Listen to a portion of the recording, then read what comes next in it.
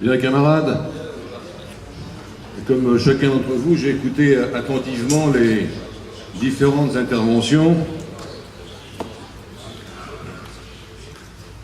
Il faudrait presque que cette conférence se tienne en permanence, puisque on apprend des choses tous les jours. En tout cas, par exemple, cette nuit, le gouvernement de Chypre a décidé de prélever 9% sur l'ensemble des dépôts bancaires. J'apprends également que demain, il y a une réunion d'urgence entre Mme Merkel, M. Hollande et M. Barroso.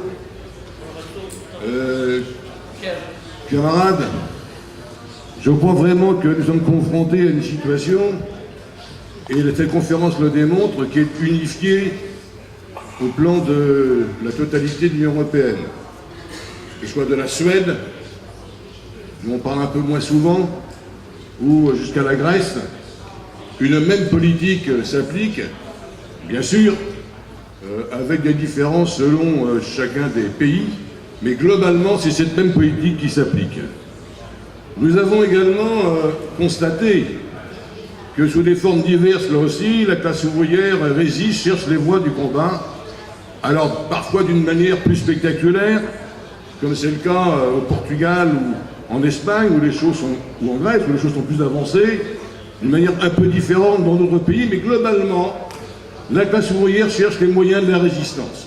Elle le cherche d'ailleurs également, même si c'est un terrain qui n'est pas directement le terrain syndical, y compris sur le plan électoral.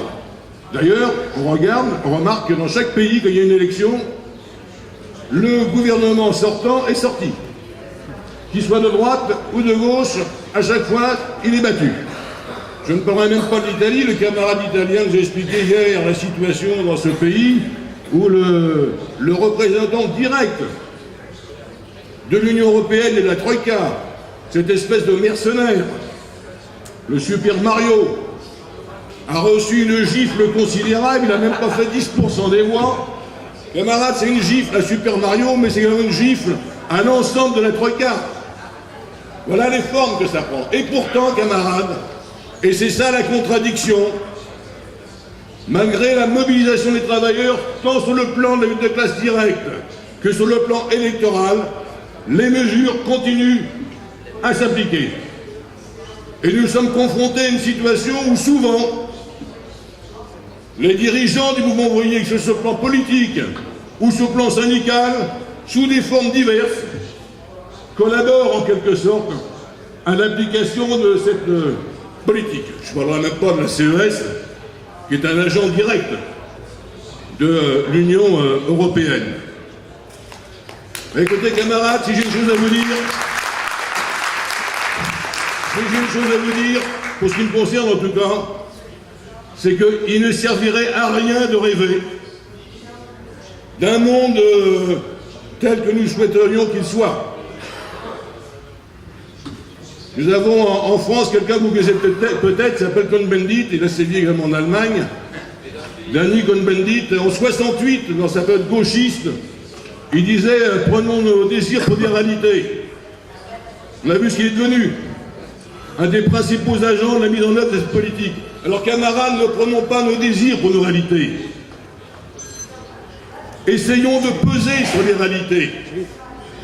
L'émancipation des travailleurs sera l'œuvre des travailleurs eux-mêmes. Donc organisons dans chaque pays les moyens d'organiser la résistance. En France, dès 2011, nous avons constitué un regroupement de militants appartenant à différentes organisations syndicales et politiques qui régulièrement s'étaient informés. Ils ont fait une première réunion en 2011, une deuxième réunion au mois de décembre. Il y avait pratiquement 500 militants de différents syndicats, différentes organisations qui se sont réunies. Chacun dans sa propre organisation combat, camarades, pour que les conditions de l'unité soient réalisées pour engager la résistance contre la politique de la Troïka. Camarades, je crois que c'est la voie à suivre. C'est ce que nous faisons aujourd'hui avec cette conférence de Tarragone. Je crois que c'est ce que nous devons essayer de faire, sous les formes appropriées bien sûr, dans chacun de nos pays, et c'est ce qu'il faut continuer à faire au plan de l'Union européenne en donnant un prolongement à notre conférence d'aujourd'hui. Merci camarades.